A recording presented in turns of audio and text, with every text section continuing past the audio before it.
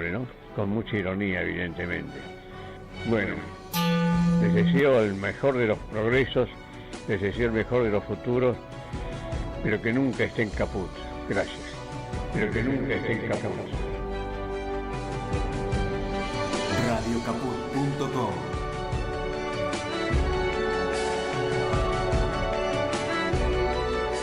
Pero que nunca estén caput.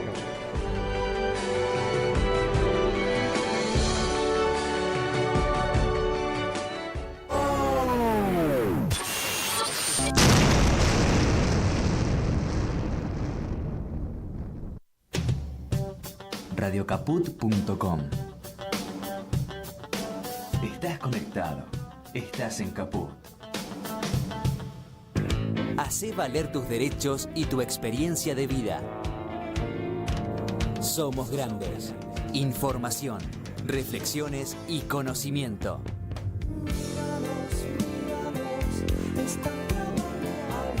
Somos grandes. Los lunes a las 7 de la tarde. En Caput.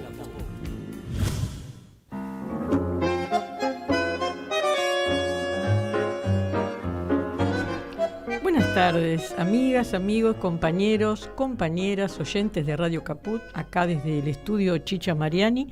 Les damos las buenas tardes. Hoy tenemos, bueno, realmente un nuevo compañero que está acá como operador, así que lo vamos a felicitar, Martín Farfán.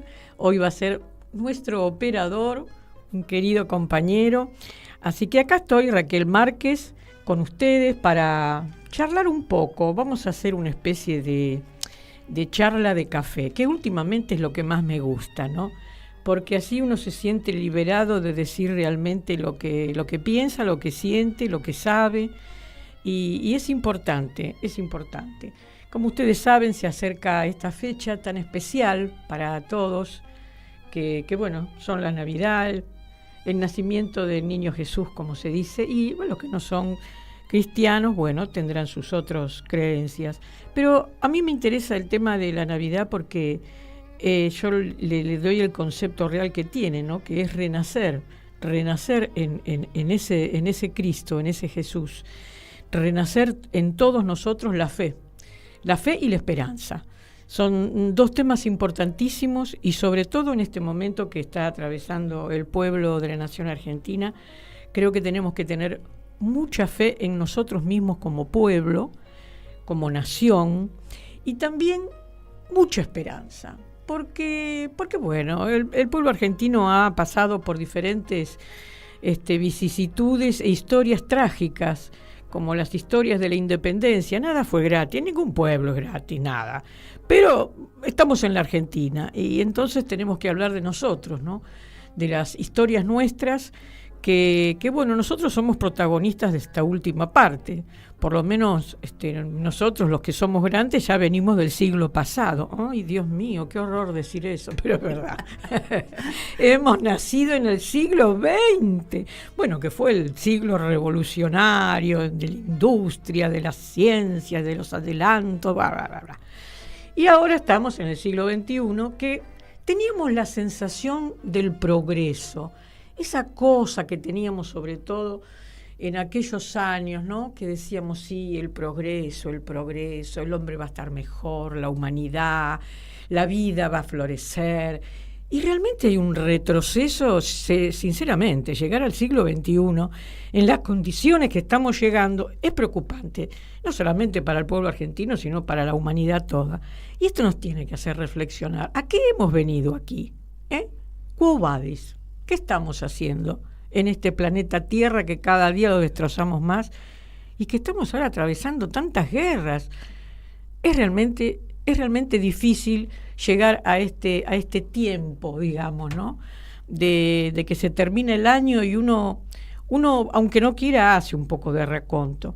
Sumándole a eso es el gobierno que tenemos, ¿no? Porque hay montones de cosas que son cosas naturales, la evolución de la humanidad, el progreso y todas esas cosas, que nos ha demostrado que no progresamos nada. Lo único que se progresó puede ser en la ciencia, y en la ciencia sí hubo un progreso interesante, en la ciencia para la salud, en la ciencia también para las investigaciones, pero ¿qué pasa? Por un lado se avanza, pero por el otro lado se retrocede, porque ¿para qué queremos tener tanto conocimiento y tantas evoluciones también en el plano de la comunicación, en el plano de todo lo que ya sabemos, si solamente es para unos pocos, ¿no?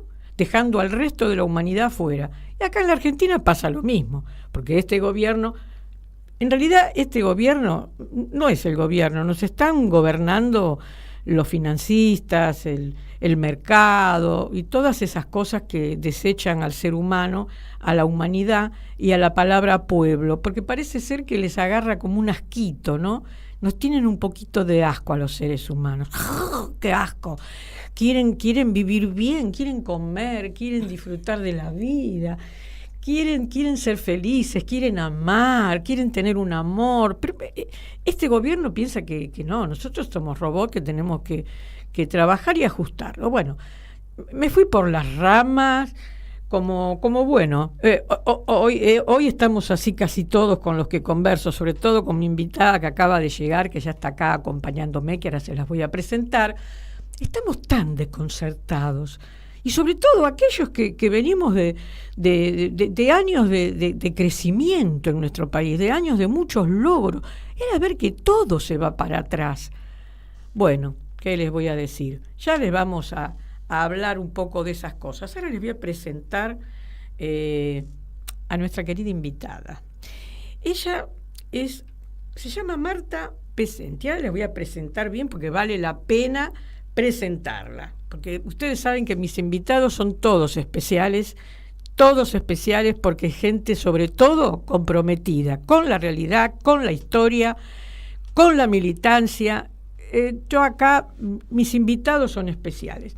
Bueno, ella se llama Marta Pesenti, es maestra normal, licenciada en Ciencias Antropológicas de la Universidad de Buenos Aires, realizó estudios de posgrado en género en la Facultad de Psicología y en Ética Aplicada en la Facultad de Filosofía y Letras. ¿Qué tal? Ejerció docencia en todos los niveles. En el 1990 ocupó diversos cargos en la gestión pública, cumplió funciones directivas en la Secretaría de Niñez, Adolescencia y Familia, en la provincia de Buenos Aires. Bueno, les digo que es un currículum. Bueno, esto demuestra lo que somos los argentinos, ¿no? Trabajadores a mil. Después dicen que somos vagos. Y sobre todo lo que no estamos de acuerdo con el gobierno. Somos negros y vagos, planeros y todo lo demás. Y mucho más si somos peronistas, ¿no? Por supuesto, somos la lacra del país. Bueno, después además integró el equipo técnico del Registro Unificado de Sistematización y Seguimiento de Femicidios y Homicidios agravados por género. Bueno, mucho más. Pero actualmente les voy a decir que ella está realizando actividades profesionales como integrante de la Fundación Niño Sur y como integrante del Consejo Asesor de RELAF, de la Red Latinoamericana de Acogimiento Familiar. Además les comento, está jubilada. Ojo, no nos gaseen. ¿Qué tal, Marta? ¿Cómo estás, corazón? Muy bien, muchas gracias por invitarme. No, para mí es un placer tenerte, porque hoy le vamos a decir, ya lo hemos anunciado en la Gacetilla, ¿no? Uh-huh. Que un poco el centro de esto iba a ser la soberanía y resistencia, es el lema de mi programa, estos últimos programas, ¿no? Muy bien elegido. Sí, soberanía y resistencia. Pero además, hoy queríamos hablar un poco del tema de la educación. Bien. Yo soy una persona que ha transitado y que seguís incorporada a este trabajo por las cosas que nos están llegando de la ley que pretenden aprobar en el Consejo, en el Congreso de la Nación. Entonces dije, bueno, para ir cerrando el año, vamos a seguir haciéndonos problemas, ¿viste? Vamos a seguir hablando de lo que están haciendo nuestros queridos diputados de la Libertad Avanza, el PRO, los radicales y todos aquellos vendidos. Bueno, te diría que no sé ni siquiera si son los diputados y los representantes. Esto más bien parece que está elucubrado por un grupo, por un sector, un grupo, digamos, que realmente responde a un cierto poder, que es el poder financiero, uh-huh. Es el poder de los mercados, y lo que se está estructurando es un Estado, porque yo lo primero que voy a plantear es que no creo que haya un retiro del Estado. hay un Estado absolutamente presente que lo que está haciendo es diseñar un modelo para el beneficio de unos pocos. Bueno, y en ese marco es que yo quiero aclarar antes que nada que yo no soy una especialista en educación. Yo he trabajado en educación en todos estos niveles en los que conté. Me reivindico como maestra normal nacional y como jubilada también, como ambas cosas, pero sí he dedicado buena parte de mi carrera en el ámbito estatal fundamentalmente, porque siempre trabajé dentro del ámbito estatal a temas de educación y a temas de niñez. O sea, el tema de los derechos del niño ha sido uno de los ejes sobre los cuales he trabajado. Bien, dicho esto, quiero puntualizar que lo que está en marcha es un proyecto que todavía no ha sido presentado, o creo que todavía no tiene estado me parece que no entró. O no sabemos. Se llama, ya por su nombre lo podemos identificar, un proyecto para la libertad educativa. Porque, justamente este gobierno encubre con una hermosísima palabra, una palabra que hace a una de las capacidades humanas que reivindicamos como importantísima, pero que no se realiza individualmente, sino que se realiza en comunidad, porque no podemos hablar de una libertad de los individuos que no se realice en un ámbito social. Los seres humanos somos libres en la medida en que convivimos con otros, intercambiamos nuestros conocimientos, nuestras sensaciones, nuestros sentimientos, nuestro desarrollo personal, y eso es lo que construye una libertad colectiva. Así la entiendo yo, creo que así la entendieron también quienes en algún momento construyeron el Estado moderno. Nosotros somos un poco herederos de ese Estado moderno, con todas las deficiencias que el Estado moderno tiene, ¿no? No me voy a poner a hacer un análisis histórico de la cuestión, pero lo cierto es que ese Estado moderno que se origina con la Revolución Francesa en su momento, que es el que supone que da a los individuos la posibilidad de como grupo social, de tener acceso a un poder político y social que hasta ese momento no tenían, llega a nuestros territorios con las guerras de la independencia, pero llega en el marco de una situación colonial. Y si vamos a hablar de educación, la educación es un campo en disputa. La educación es un territorio de disputa histórica desde el origen de nuestra historia como nación. No solo expresada en las leyes, si las leyes son las que de algún modo cristalizan un cierto modelo que se intenta impulsar, pero además, aun cuando ha habido leyes en distintos momentos, y marco como una fecha muy señera el 1884 cuando se promulga la ley 1420, ¿no? Que ahora vamos a hablar un poquito de esa ley, porque tiene aspectos sumamente importantes, interesantes.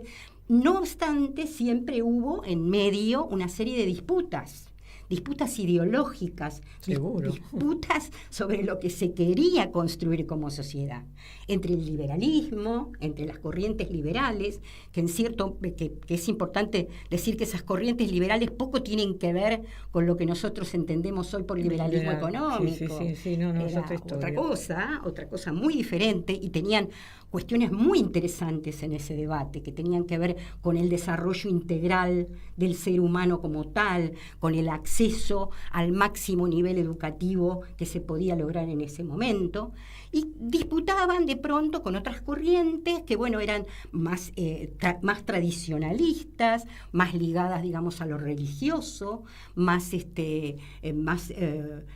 también en algunos casos nacionalistas. O sea, siempre fue un campo de disputa complejo.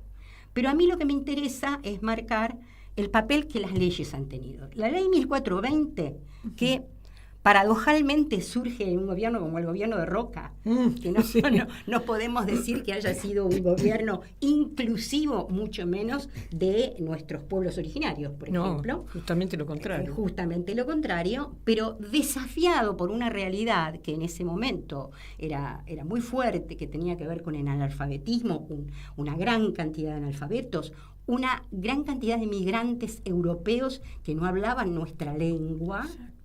Ese Estado entiende que hay que crear una escuela pública, gratuita, laica, fijémonos qué interesante. Muy interesante, laica, muy importante. laica, o sea, que responde desde el liberalismo con algo muy progresivo, como es el laicismo, que no impide la religiosidad, porque esta es otra de las falsedades. Sí, que se confunden. Que se confunden. Una escuela laica no es una escuela que está en contra de la formación religiosa en las escuelas privadas o en el ámbito de la familia. No se opone a ella. Simplemente plantea una igualdad, ¿no? Como para que todos puedan acceder. Para que se integren a una sociedad, a una comunidad. Y esa era la idea, justamente, la formación de una nación donde estuviesen todos integrados, aquellos también que viniesen de otras culturas, de otras lenguas y todo, que tuvieran por eso también el uniforme, que era el estar todos iguales, ¿no? La igualdad. Exacto. Bueno, ¿qué dice eso sobre, vos decís, el avance a partir de la ley 1420? ¿Qué observaste vos? ¿Qué cambios pudo haber? ¿Qué cambios hubo? Bueno, ese fue un avance fundamental que yo creo que fue lo que permitió que nuestro país, la Argentina, fuera uno de los países con el más alto nivel educativo en la región, que lograra un grado altísimo de alfabetización, enorme. Fue un enorme avance. Pero como decía, como esto ha sido un campo en disputa, obviamente no llegó a todas las regiones. Es decir, quedaron a áreas de nuestro país, provincias, regiones que quedaron subordinadas por cuestiones no solo económicas, también culturales, ¿no? Claro. Hay un peso de lo cultural. Y sobre el tema de la lengua también. Tal cual. Claro, la lengua, hecho, porque hace relativamente poco, digamos, con el tema de la historia, que se ha traducido y se habla en algunas escuelas de las fronteras en los dos idiomas, es decir, el castellano o el español, y la lengua originaria. Justamente. Pero hace poco. Sí, hace digamos. tan poco que te diría que es recién con la última ley que es la que está actualmente vigente, ¿no? Que es la ley que surge en el periodo kirchnerista, en el año 2006, que es la ley vigente. Ahí recién se habla de la educación multicultural. Es impresionante el tiempo que se tardó en incluir en la educación a estos pueblos que tenían otra lengua. No, es increíble. Es una vergüenza. Es increíble, y debo decir que en la práctica, en las provincias, si bien se hacen intentos, todavía las escuelas de las comunidades muchas veces carecen del maestro bilingüe, o el maestro bilingüe tiene un rol absolutamente subordinado. De pronto hace el papel de la persona que hace la limpieza. Pero hay alguien de la propia lengua de los niños que les habla a los niños y los introduce desde sus propios saberes, porque no solo se rescata el tema de la lengua, es una lengua viva que está relacionada además con modos de vida. Claro. Entonces, bueno. Y además que hay que respetar sus propias culturas, ¿no? Por supuesto. Vos como antropóloga, eso es un estudio espectacular que a mí me interesó siempre tanto, porque es el respeto a los demás de cómo viven, qué región viven, lo que cultivan, sus propias creencias ancestrales. Todo eso tiene que estar incorporado también en el avance de la educación. Totalmente. Bueno, eso es una parte interesantísima. Ahora, ¿cómo pensás o cómo vestes vos? Porque sí, es un terreno en disputa, porque, claro, el tema es educar, pero ¿educar para qué? Justamente. ¿Y educar para quién? ¿A favor de quiénes? ¿De quiénes están gobernando y para qué tipo de Estado se quiere educar? Te lo dejo a vos. Bueno, yo lo que voy a hacer es mención a lo que me parece el núcleo duro de esta ley de libertad educativa, que me parece el punto más criticable, que es una delegación en la familia, ¿no?, de la educación de los niños. Hay un rescate a través de una figura que es el homeschooler, o sea, la escuela dentro de casa, la escuela en la casa, que es una figura que rescata la posibilidad de que las familias decidan no enviar sus niños a la escuela, y educarlos dentro del hogar, cumpliendo unos contenidos mínimos o pautas mínimas que serían las que supuestamente fijaría el Estado, ¿no? Mínimas. Y diría que es lengua, matemáticas, y el resto de las ciencias pasan a quedar relegadas a un segundo plano. No es un dato menor que esto incluya, por ejemplo, todo lo que tiene que ver con la formación en historia, en Que es geografía. lo más importante, en la historia es la ciencias sociales. política. Exactamente. La historia es la política. Exactamente. Pero además tiene el agravante, para mí, en términos de derechos de la niñez, me voy a referir a esto porque me parece muy importante.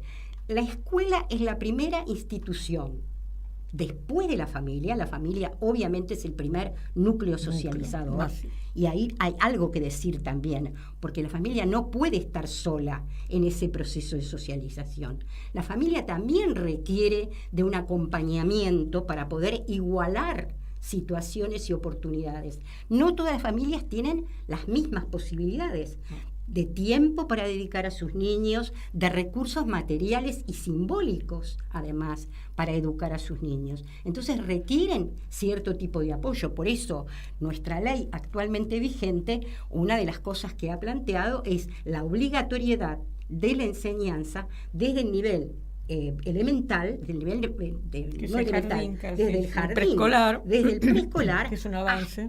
es un enorme avance, Está bien. y la creación de salas para que los niños pequeños puedan recibir una educación de calidad, precisamente para acompañar, no para sustituir a la familia, para acompañar a la familia en ese proceso, sobre todo de la primera infancia, que es básico para el resto del desarrollo de la subjetividad y de los aspectos, digamos, intelectuales que el niño va a desarrollar a lo largo de todo su periodo escolar. Y por otra parte, esta ley también plantea la obligatoriedad de la enseñanza hasta el fin del secundario. Claro. Ese es un dato muy importante. Eso fue fundamental. Fue fundamental. Para mí fue un avance muy importante Muy que importante. se hizo. Bueno, pero parece ser que molesta tener a un pueblo educado. Esto Molesta. es como ancestral, ¿viste? Nos estamos yendo, no sé a qué época. Porque es lo que siempre se dijo popularmente, ¿no? Que a los gobernantes que son autoritarios, lo que se pretende es tener pueblos ignorantes, analfabetos, para que se los puedan manejar, someter, para que ni siquiera sepan cuáles son sus derechos, para que no puedan leer ni hacer comprensión de texto. Entonces, ¿viste? El trabajador se transforma en un esclavo. Entonces, esta ley, por supuesto que tienen que cambiar la ley de educación, porque con nuestra ley de educación, así como nosotros salíamos de un secundario y realmente teníamos una formación excelente. Uh-huh. Después, bueno, teníamos la posibilidad de seguir estudiando, pero ya solamente eso era importantísima. ¿A dónde quieren ir? Yo lo que me pregunto ¿es solo un problema de la educación y de la ley de educación? ¿Tiene que ver solamente con lo que ocurre dentro del ámbito escolar? No, el proceso educativo no está separado de lo que ocurre en todo el proceso social. Entonces, lo que tenemos que ver es en qué situación llegan los niños a una escuela primaria o a una escuela secundaria, en qué situación, cuál es la situación de esas familias, de ese medio social, qué tipo de recursos han dispuesto hasta ese momento, qué tipo de apoyo, de acompañamiento han tenido las familias para ese proceso. Bueno, nosotros lo pudimos ver muy claramente con la ley que se instala, la primera ley, digamos, del gobierno menemista, en el 1993, que justamente es una ley que había salido al mismo tiempo que la Convención Internacional sobre los Derechos del Niño, ¿no? La convención estaba ahí y esta ley también, y esa ley también retrotrae todo un proceso educativo integrador y desmembra absolutamente el sistema, porque lo que hace es delegar responsabilidades a las provincias, y sin fondos, sin financiamiento, arréglense como puedan, con lo cual lo que estimula es todo un proceso de desigualación, que es lo que debe tratar una buena ley de educación de superar, dar las mismas oportunidades y posibilidades a todas las personas. Entonces, ¿qué es lo que pasa? ¿Por qué, por ejemplo, qué es lo que falla dentro del sistema educativo para que no se llegue a la lectura comprensiva? Si vos tenés escuelas que se han transformado en comedores, si tenés docentes que de su tarea docente tienen que restar una enorme cantidad de tiempo para solucionar cuestiones de índole social básica. Sí, índole familiares. Es gravísimo lo que pasa en las aulas. Exactamente, porque la escuela es la gran caja de resonancia de todo esto. La escuela es la que recibe justamente a los niños que vienen de estas familias dañadas, destruidas. Rotas. A esta altura ya parte de nuestra sociedad está rota. Absolutamente. Y ese que debería ser un espacio y tiempo, digamos, porque eso es fundamental, para que el desarrollo intelectual, el desarrollo de un pensamiento crítico... Eso, que es lo que nos falta, el pensamiento crítico que se... Bueno, las consecuencias de todo esto son los diputados que tenemos en la Cámara. Horroroso. Que son muy ignorantes. Sí. Más allá que a uno les dé indignación la parte ideológica, que tampoco la entienden, porque me parece que son de crueles, pero además se nota que no tienen educación. No sé si fueron... Tal vez han tenido una educación formal, porque a veces, digamos, el hecho de transitar por una institución no quiere decir que hayas aprendido nada.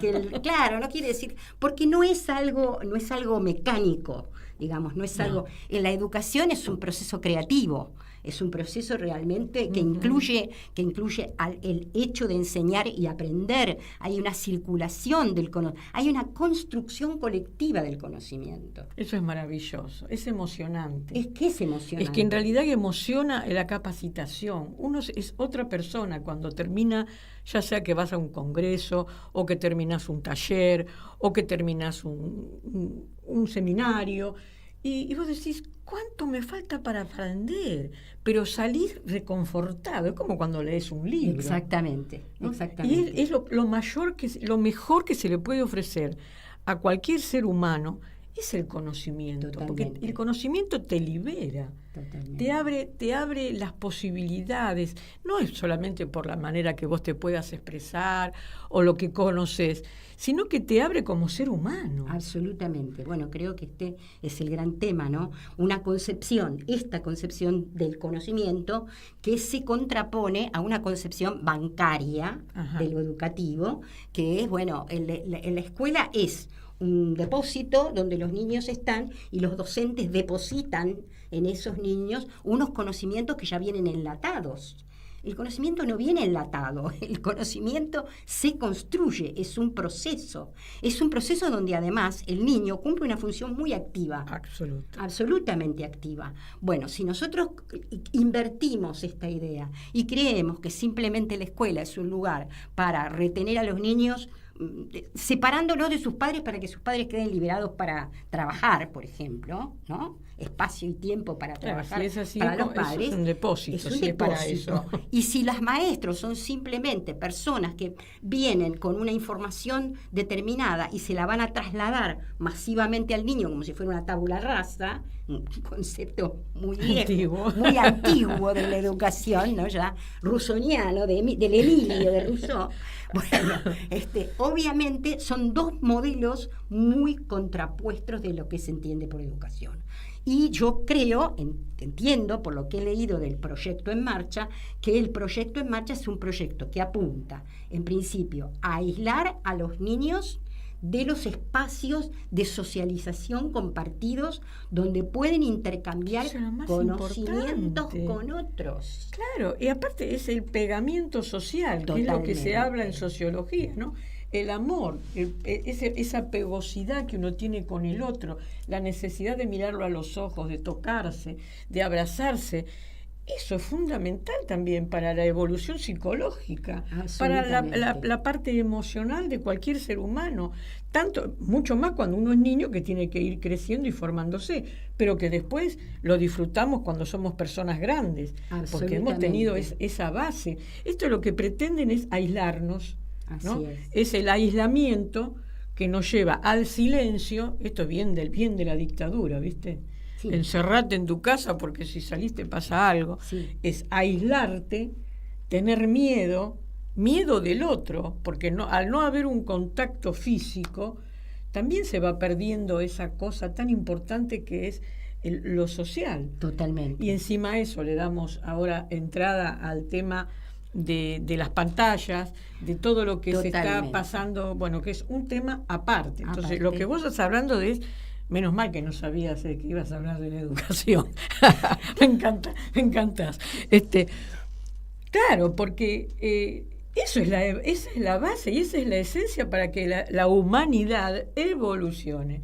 Por eso está involucionando, porque yo creo que como así nos tratan a nosotros acá, estos proyectos que ya no son neoliberales, son coloniales, son retrógrados, sí, son, bueno, y este tipo de proyectos está en gran parte del mundo, ¿no? Eso, seguramente en el Oriente no, porque ahí realmente no conozco, yo por lo menos no conozco este tema, pero sí sabemos en la parte de Occidente hacia dónde quieren guiar a la humanidad.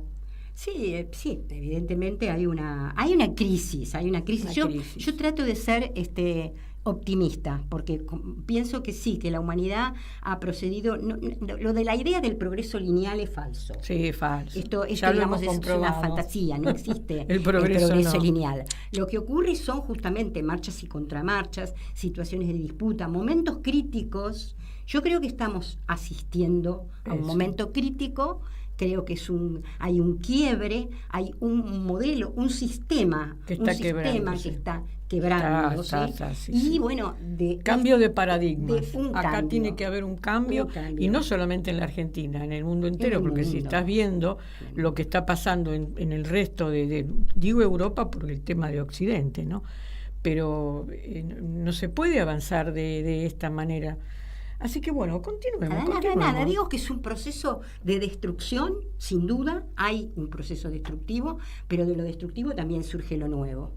Ahí es donde tiene que, precisamente yo creo que estos espacios, estos momentos de diálogo, estas posibilidades de reflexión con el otro, son justamente los que nos nutre para poder avanzar hacia una transformación que sea para un mejoramiento humano, para mejorar el como dicen en psicología, cuando uno llega la crisis es una oportunidad. Es una oportunidad. Sí. Bueno, ahora vamos a hacer un pequeño corte, pero porque ahora vamos a ir a una canción, a música, pero además yo lo planteé también, viste, que quería recordar en este momento que ya pasaron 24 años, 19 y 20 de diciembre del 2001, que fue tan trágico para los que estuvimos ahí personalmente, que fuimos protagonistas del tema, y no olvidarse de los 39 argentinos y argentinas que fueron asesinados en las calles de Buenos Aires en un gobierno democrático que logró que De la Rúa tuviera que irse en helicóptero, pero dejó 39 personas que salieron justamente a protestar, a reclamar, porque ya no se podía vivir. Era realmente patético lo que estaba pasando. La falta de representatividad política. Bueno, es una cosa tremenda, pero me acordé de todo eso y quería traer esto a la memoria, porque no nos tenemos que olvidar de eso, que fue hace poco, 24 años. Y quería recordarlo a este muchacho, a Claudio Pocho Leprati, que hay muchos que seguramente no lo conocen y hay otros que sí, los más jóvenes no están enterados. Este muchacho nació en 1966 en Concepción del Uruguay, Entre Ríos. Fue un militante social, fue un educador, un referente comunitario. Y bueno, su símbolo se transformó en un símbolo de la resistencia. Él trabajaba para los chicos, sobre todo, y trabajaba en esos momentos con una ayuda a los comedores y bueno, promocionaba todo lo que fuera en adolescentes y niños, la educación. Y bueno, durante esos momentos de crisis que fueron en el 2001, en Rosario se encontraba él en el techo de un comedor, y que fue en el barrio de Las Flores, cuando la represión, que fue la policía del lugar, lo ametralló. Simplemente, y él en ese momento les gritó, bajen las armas, que acá hay pibes comiendo, y lo mataron. Bueno, y a raíz de eso, León Gieco hizo este tema que realmente uno lo escucha y llora, y se llama así, el ángel de la bicicleta, porque él iba de una escuela a otro comedor y hacía trabajo social siempre en una bicicleta. Hermoso muchacho. Vamos a escucharlo a León G con este tema.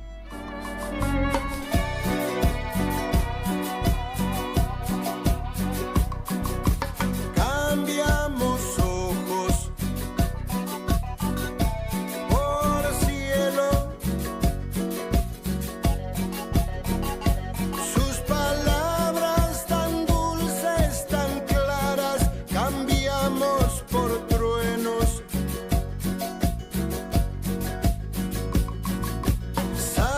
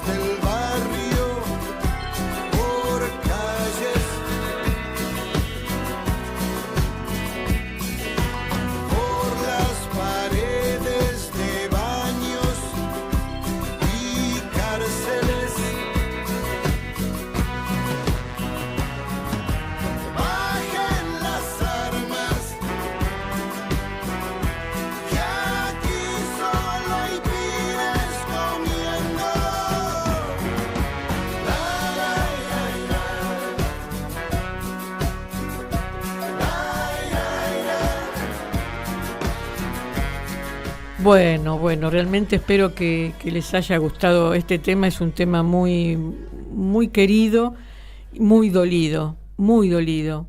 Y así estamos todavía con cada vez más comedores y que encima el Ministerio de Desarrollo Social permite que se pudra la comida que hay en los galpones. Y bueno, estas cosas son inmorales, pero ya uno no encuentra la palabra para la calificación de la crueldad que esta gente gobierna. Y seguimos peor. Hoy estamos peor, creo que estamos peor que en el 2001. Pero bueno, acá estamos con Marta Pesenti, que estábamos hablando sobre la importancia de la educación en la formación de un ser humano, ¿no? En lo que significa socialmente la integración a una comunidad, a la comprensión de los textos, a que después esos chicos con una buena educación, cuando puedan seguir estudiando, tengan un pensamiento crítico para que después los gobiernos que sucedan no puedan manejar a la gente. Bueno, hablamos de todo eso, Marta, estuvo lindo, me interesó todo lo que dijiste. Sí. Ahora, bueno, no sé si querías vos agregar algo más, porque estabas diciendo, cuando terminamos la primera parte, de esta cosa que sí, que hay un quiebre, pero que ante esta situación tiene que venir algo que cambie las cosas para renovar la esperanza en que tiene que ocurrir un cambio. Digamos, esperanzador. Yo siempre tengo confianza en las corrientes profundas del pueblo. Así es. Yo creo que, digamos, los pueblos a veces no se expresan, digamos, ni por los medios ni en los tiempos que a lo mejor esperamos las personas, porque los tiempos que cada individuo espera son diferentes. Sí. Pero en algún momento eso surge y se expresa. Y se va a expresar, yo estoy completamente segura de que esto va a ocurrir.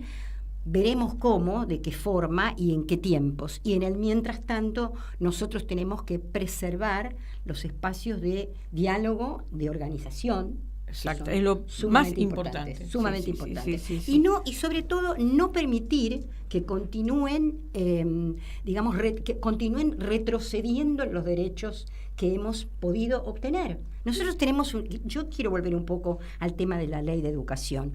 Nuestra ley de educación, la que está vigente desde el año 2006, no es perfecta, obviamente es una ley perfectible, pero es una ley que tiene una cantidad de elementos que son fundamentales para rescatar. Por un lado, el rescate de la educación como un proceso integral, como un derecho social y personal que el Estado debe garantizar, o sea, que coloca la centralidad de la garantía del ejercicio de ese derecho, la responsabilidad en el Estado, no la diluye en un conjunto de actores, particularmente familias, como sería en el planteo que hace el nuevo proyecto. Y en esta concepción integral del ser humano incluye una cantidad de dimensiones.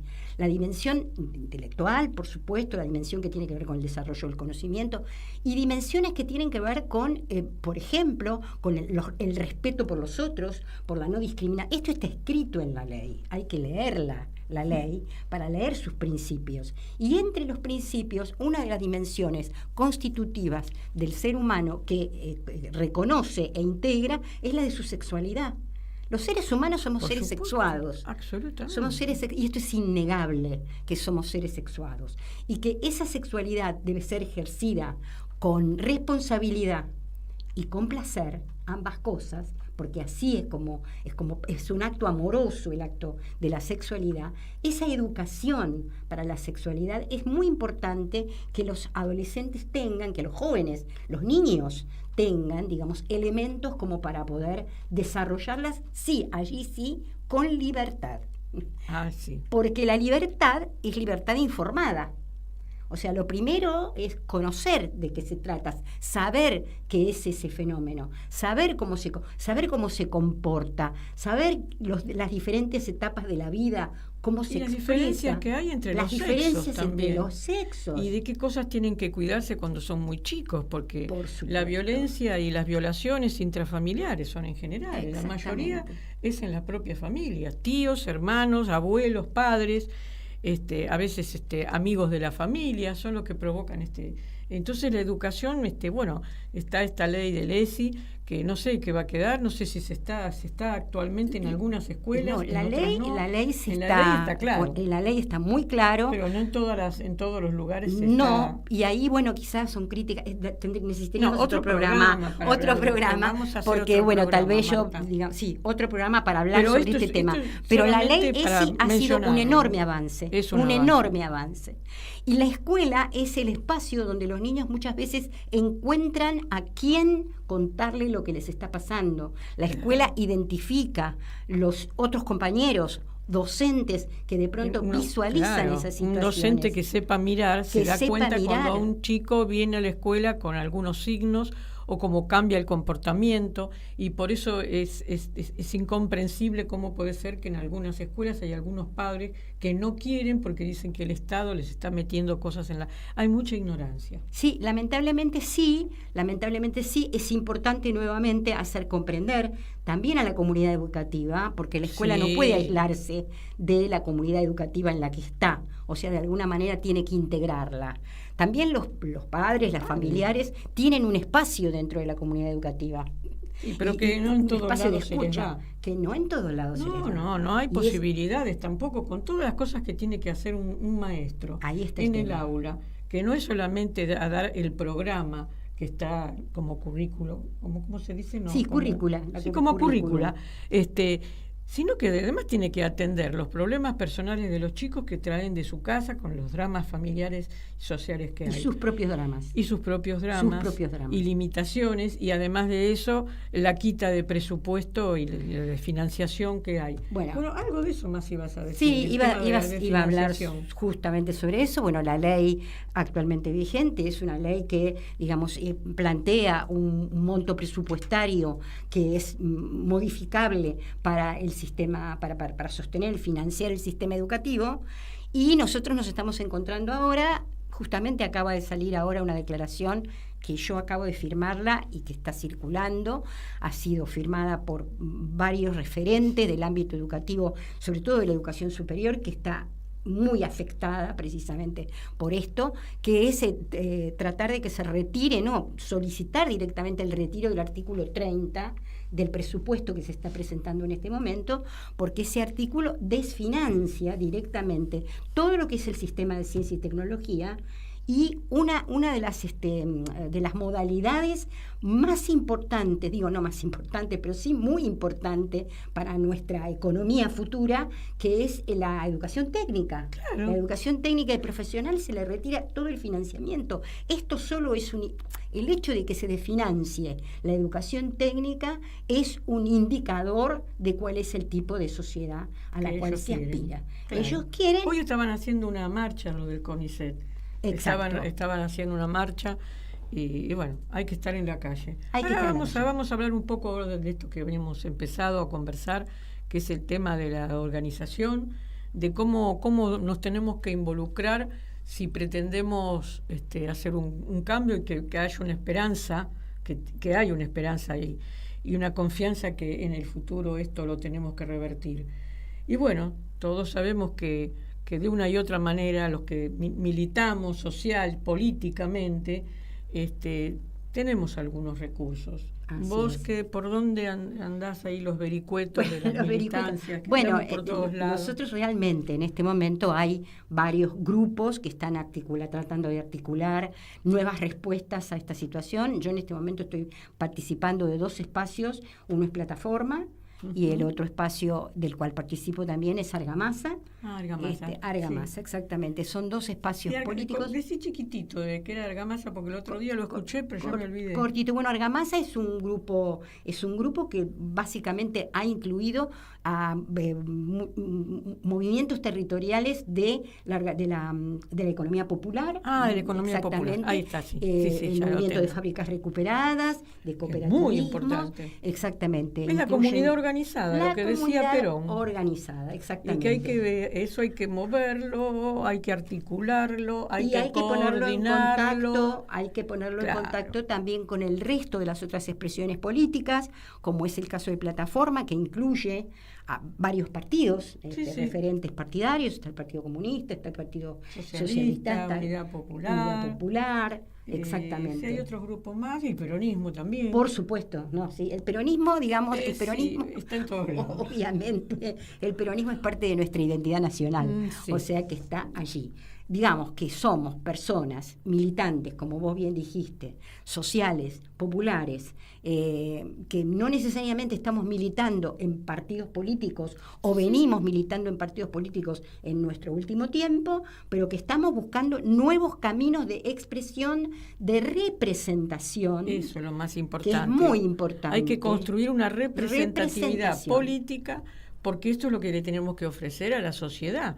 Porque no solamente, es decir, tener representatividad política, tener proyectos. Por supuesto. Tener una plataforma, es decir, bueno, tenemos que defender 5 puntos para las próximas elecciones, que ofrecerle al pueblo de qué manera podemos salir de esta situación para dejar de ser una colonia, porque a la gente hay que explicarle que este modelo Es un es modelo el modelo colonial. colonial. Es decir, siempre estuvieron ahí. Vos viste que los ingleses y los norteamericanos siempre tuvieron su piecito. Sí, en pero como Argentina. ahora. Pero ahora no, lo que pasa es que es el presidente ese que es la colonia. Él se cree el virrey. Diría que, bueno, No sé lo que se cree. no sé, yo realmente, diría no que sé. el virrey tenemos otros. Él no Ay, sé realmente qué mal, muy qué bien mal que qué está. rol es el que cumple, pero bueno, no voy a entrar en ese No, no. tema. No me parece que sea lo adecuado, pero sí es muy importante pensar en algunos ejes temáticos muy claros, muy definidos. Uno es el de nuestra soberanía. Ay, es fundamental. La soberanía, nuestra soberanía territorial, por empezar, la soberanía de nuestros ríos, de nuestros mares, de nuestros recursos naturales, que es por aquello por lo que vienen, y además lo hemos escuchado, lo dicen de manera dicen abiertamente abierta, ahora. Sí, de sí, manera sí, abierta, ¿no? A través, por ejemplo, bueno, de Laura Richardson cuando vino ya hace Sí, yo más de y 2 lo dijo años, hace antes rato. de Milei, Sí, antes, sí. vino y lo dijo directamente, venimos por los recursos naturales que necesitamos nosotros, o sea que necesita Norteamérica, Sí, sí, sí, Estados Unidos, ¿no? Bien, creo que es uno de los grandes ejes temáticos, el eje de nuestra soberanía y el eje de nuestros recursos naturales. Hay muchos movimientos que en este momento sociales Muchísimo, que están en la muchísimo. defensa de esto. Bueno, también participan en plataforma. Exactamente. Que está Claudio Orellano.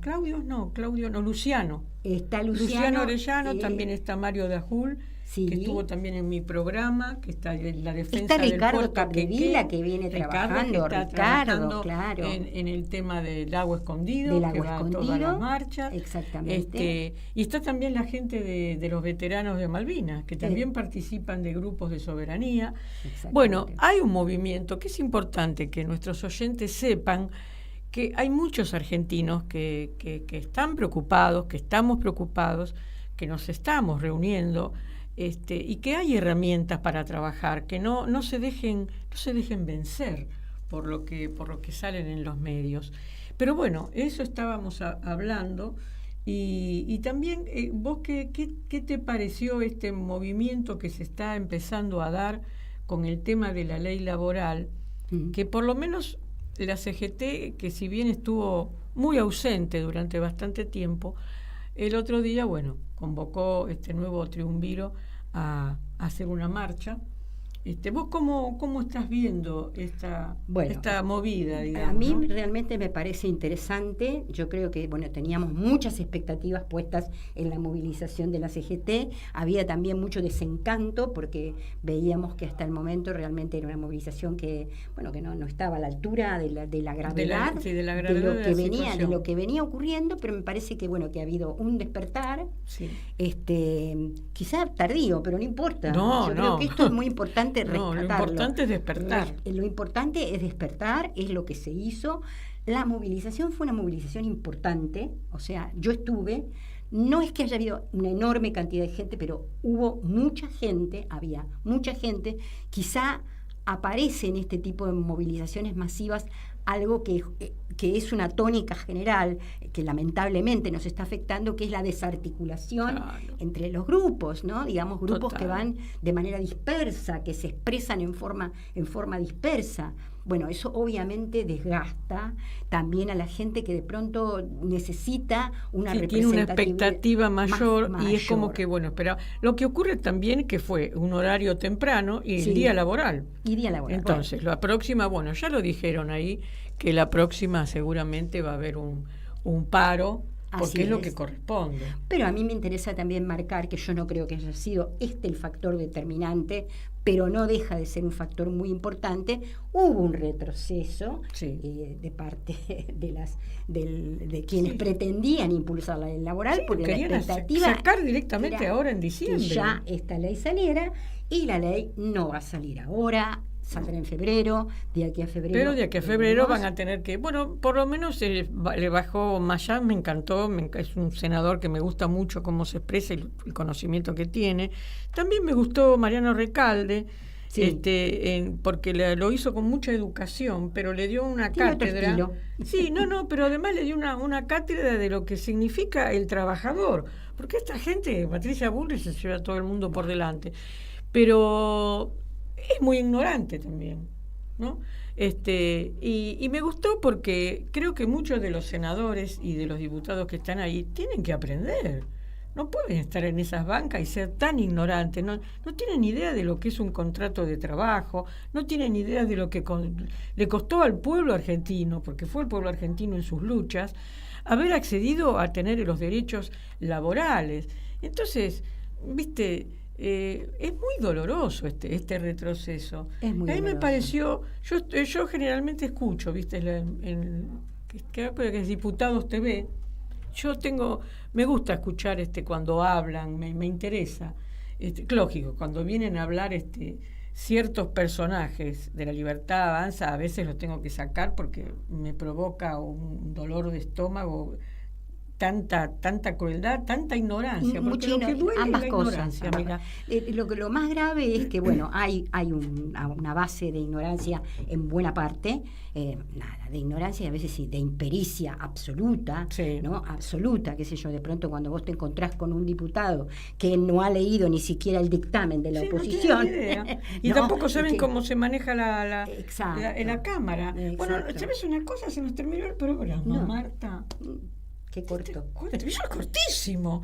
Qué barbaridad. Tenemos que tomar otro café. Nos tenemos que tomar otro café. Bueno, la próxima va a ser un café bien sustancioso, pero nos tenemos que ir yendo.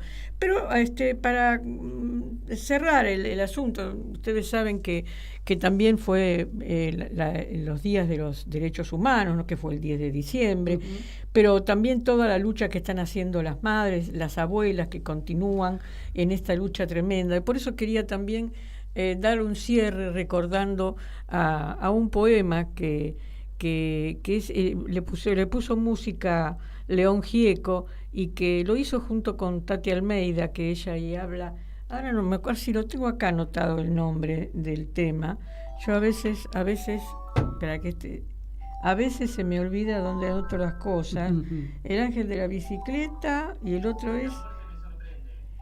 si la muerte me sorprende. Gracias Martín, que me están acá diciendo el título. Bueno, si la muerte nos sorprende, así. Y bueno, ahora nos tenemos que ir, Marta. Nos tenemos que ir y acá, me está molestando el celular, que no sé por qué empieza a hacer este ruido infernal. Bueno, discúlpenme. Hasta el lunes próximo, de 19 a 20 horas, vamos a encontrarnos acá en Somos Grandes. Va a ser el último programa de este año, que por suerte se termina. Y bueno, última palabra de aliento, Marta. Última palabra. Unir las luchas. Unir las luchas. Bueno, cerramos con este lema. Hasta el lunes que viene. Unir las luchas. Acá con Marta Pesenti. Y con el tema de León Gieco.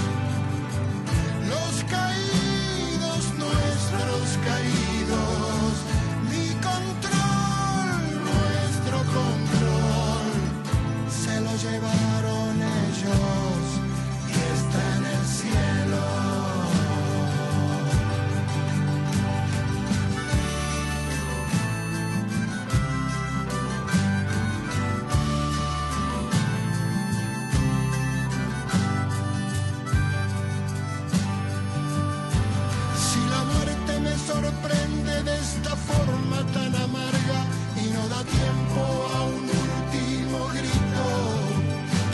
Dejaré el aliento, el último aliento, para decir te quiero.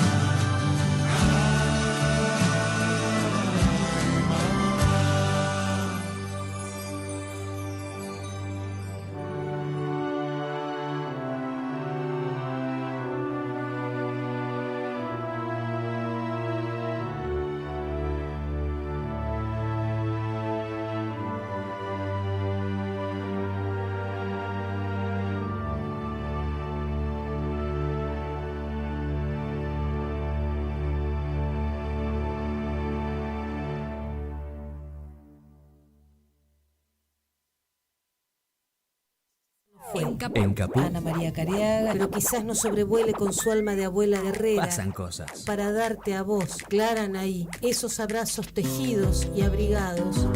El zapabón. Decir que es merecido es poquito, no hay palabras para describir a Chicha. María Victoria.